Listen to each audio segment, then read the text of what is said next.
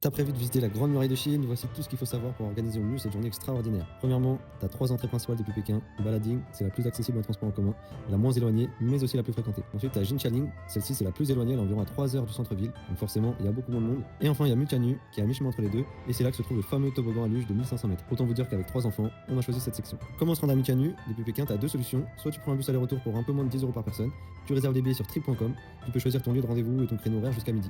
Ou sinon, tu fais comme nous, tu prends un Didi pour environ 40 € aller-retour. C'est un peu plus d'une heure du centre-ville de Pékin. Le parcours, alors ce qu'on conseille, c'est lorsque tu arrives à l'entrée principale du parc, tu prends une navette pour monter jusqu'au téléphérique et t'économises ton énergie. Tu rentres dedans et déposes à la tour 14. Et de là, tu vas monter à pied jusqu'à la tour 23. Tu auras une vue imprenable sur toute la région. C'est juste magnifique. Et ensuite, tu redescends jusqu'à la tour numéro 6. Et c'est là que tu vas pouvoir redescendre en télésiège ou en luge. Nous, on a fait la luge et franchement, les enfants ont adoré. Les billets, pour acheter tes billets, tu as deux options. Soit tu réserves sur trip.com.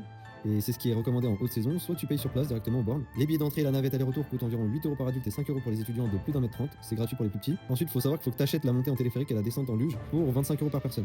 Encore une fois, soit trip, soit directement à la borne à l'entrée du parc. Et enfin, nos recommandations, donc le premier conseil qu'on peut te donner, c'est de venir tôt pour éviter la foule et la chaleur. Deuxième conseil, prévois de bonnes chaussures. Et enfin, dernier conseil, prends de l'eau et quoi manger, surtout avec des enfants parce que t'as quand même plusieurs heures de marche et t'as aucun restaurant sur toute la muraille. Pour conclure, la Grande Muraille, c'est clairement un incontournable d'un voyage en Chine. On y est resté un mois et on va te partager toutes les infos pour que tu puisses toi aussi le préparer au mieux.